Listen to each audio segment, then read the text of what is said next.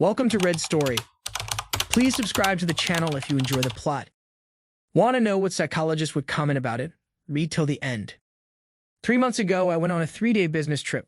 On the first night, I went out for drinks with some of my coworkers. While we were out, a man started flirting with me and I enjoyed the attention. My husband, Jane, has always been loving and supportive. He's handsome, in great shape, and constantly compliments me. I don't know why I felt so gratified by this random man's attention, but I did. After having too many drinks, I went with him to his apartment and we were intimate. Immediately afterward, I realized what I had done and left. I cut my work trip short, claiming I felt ill, and went home. I immediately confessed to my husband. I told him everything and offered to answer any questions he had. He simply said he needed to go for a walk, and when he came back, he asked if I had enjoyed it. I was honest with him. No, I hadn't. It was awkward, drunken intimacy with someone who clearly didn't care if I enjoyed it. This man didn't come close to my husband. I told him all of this. Jane just stood there looking at me, then said he needed to go out again to think. He was gone for a couple of hours and finally stumbled back through the front door, heavily intoxicated. He could barely speak. Since then, this has become a pattern. If he used to drink maybe 3 times a month, now he drinks every night. And not just drinking, but getting blackout drunk and passing out either in our backyard or on the couch. He started smoking cigarettes again after having quit 2 years ago. He's been avoiding our friends when they invite him out. He just goes to work, comes home, drinks, smokes, and passes out. Since I told him he hasn't gone to the gym, though he used to go 5 times a week. He barely eats anything. Whenever I try to talk to him, he responds with short answers or mumbles. Today, we had our first marriage counseling session, but he barely spoke. The counselor tried to get him to open up, but he just gave the same short answers or mumbled. I've offered everything I can think of to make things right. I've been doing all the things he used to do for me, making him coffee every morning, telling him he's handsome, offering to run errands for him. But he doesn't seem to care anymore. He just seems like a shell of his former self. I'm really scared I've done something irreparable. I haven't seen him smile this entire time. 2 nights ago, we came back from whichever pub he's been drinking at with a bloody nose and a black eye. I was horrified and tried to find out what had happened. He just told me to leave him alone. He started telling me that I might as well go find the man I cheated with so I can be happy. I tried to tell him that I've always been happy with him, but he threw it back in my face, asking why I cheated then. I don't have an answer. I've spent these months racking my brain, but I can't think of a single reason why I did it. This man wasn't better looking, nicer, in better shape, more attentive. Nothing. That conversation when he came back with a bloody nose and black eye was the longest one we've had since I told him what I did. I don't know what to do. Have I ruined my marriage? I'm asking the men here. Is there something your cheating partner did that made you feel better? I'm lost. I love my husband more than anything, and watching him spiral is killing me. Please, I need advice. Update 1. 3 months ago, I made a mistake. I posted about it a few days ago. The advice I received was really helpful, and I've taken action on some of it. I'm sorry if this post is too long, but I need to get this out. Many people advised me to tell someone close to my husband what I did and let them know he needs help. I ended up telling his best friend, Catherine. I asked her to come over 2 nights ago so I could explain why my husband has been avoiding his friends and why he's been so distant. I told her everything. She was understandably furious, called me terrible names, and asked where he was. He had gone to a pub, which has been his routine every day since finding out. She left, telling me he'd be an idiot not to leave me. They came back home 20 minutes later, and Catherine told me to pack my bags and stay with my parents. I tried to argue, but my husband told me to leave. I since told my parents everything. They were confused as to why I showed up at their house at 8 p.m. with 3 bags full of clothes. I sent him a text today, telling him I love him and that I'll do anything to earn back his trust. I also called Catherine to check on his drinking. She told me he attended an Alcoholics Anonymous meeting to talk it out and seems better. He even poured out all the alcohol in the house. She's been staying with him to make sure he doesn't do anything drastic. My parents are furious with me, especially my mom. She keeps asking me why I did it. My dad has barely spoken to me. Every time my phone vibrates, I have a mini panic attack. I'm terrified I'll get a message from him saying he's done with me and never wants to speak to me again. I know I probably deserve him divorcing me, but I'll do anything to make this work. I keep replaying that night in my head.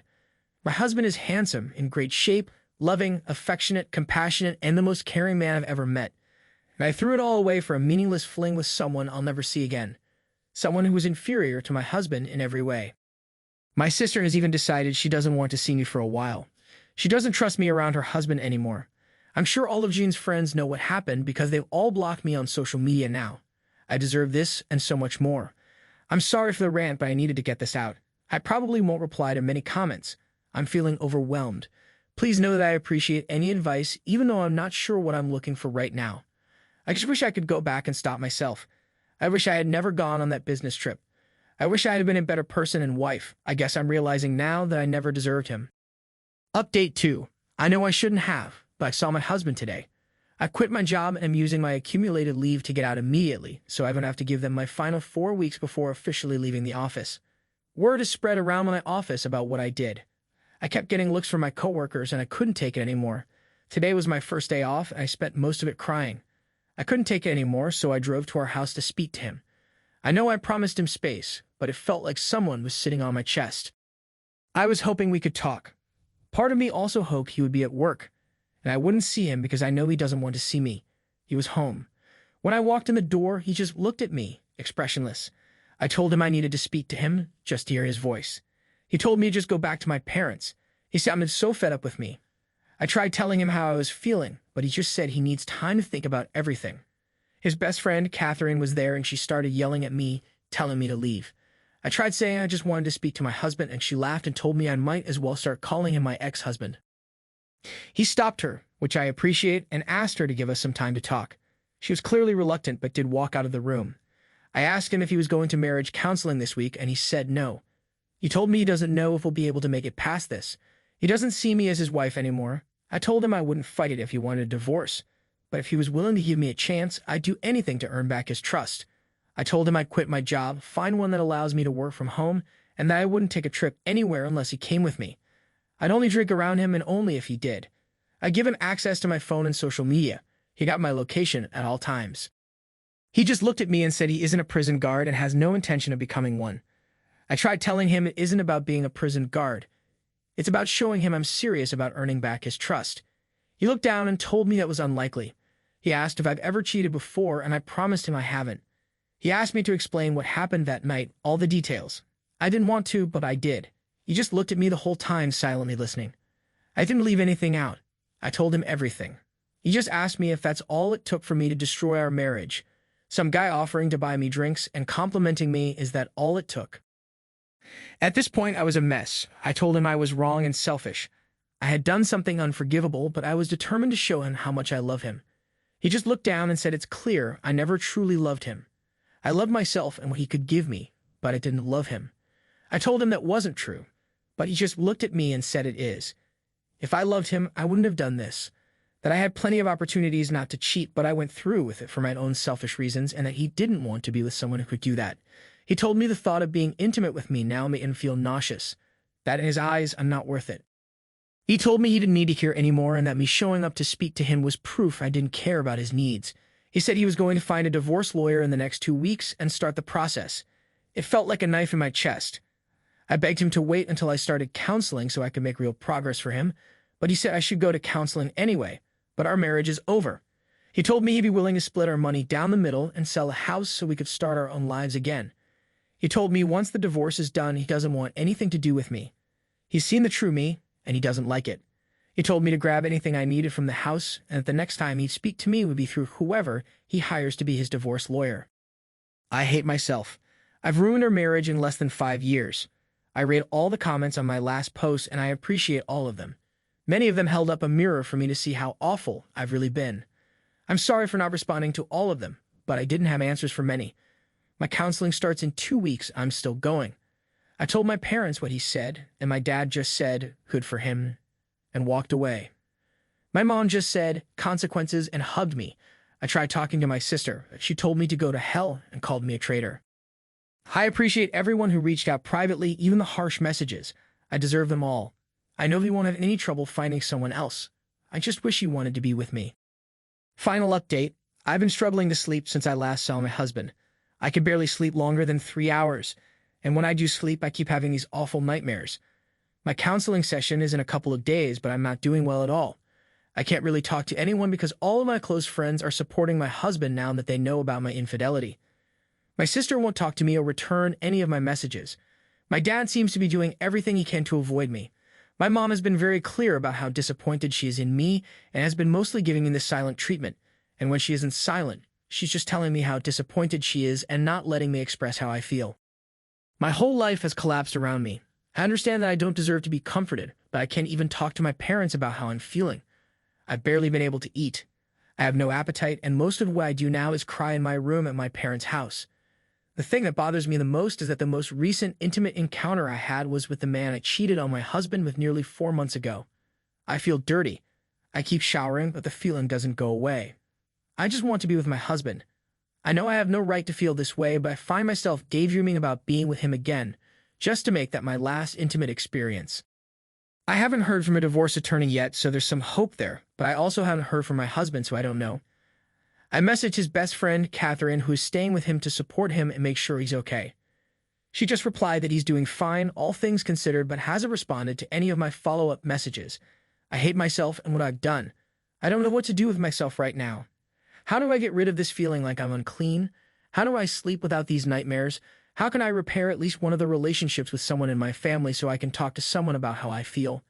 I wrote a letter for my husband, but I don't know how to get it to him. I'm not going to bother him, so I'll just keep it aside to give to him when he decides he's willing to see me again.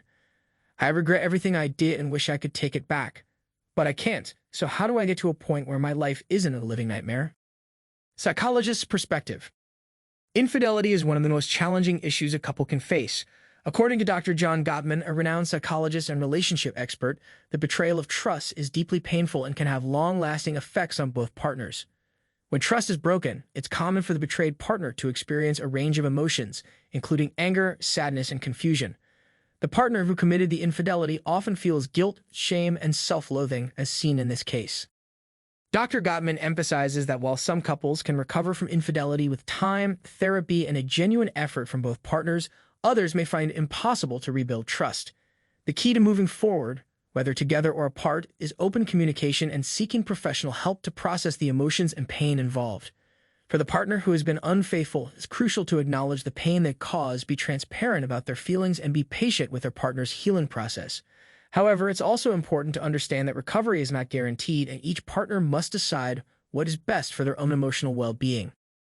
In this situation, the betrayed partner's reaction of withdrawing and turning to substances as a coping mechanism is a sign of deep emotional pain. It's important for both individuals to seek therapy, not only to address the infidelity, but also to deal with the emotional and psychological impacts it has had on their mental health.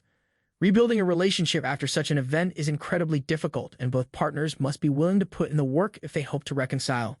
However, sometimes the best path forward is accepting that the relationship may not survive and focusing on individual healing and growth. Dr. Gottman also notes that self-forgiveness and personal accountability are essential steps for the partner who committed the infidelity. This process involves understanding why the betrayal occurred, addressing underlying issues, and committing to making better choices in the future. Whether or not the relationship can be salvaged, personal growth and healing should be the ultimate goals for both individuals.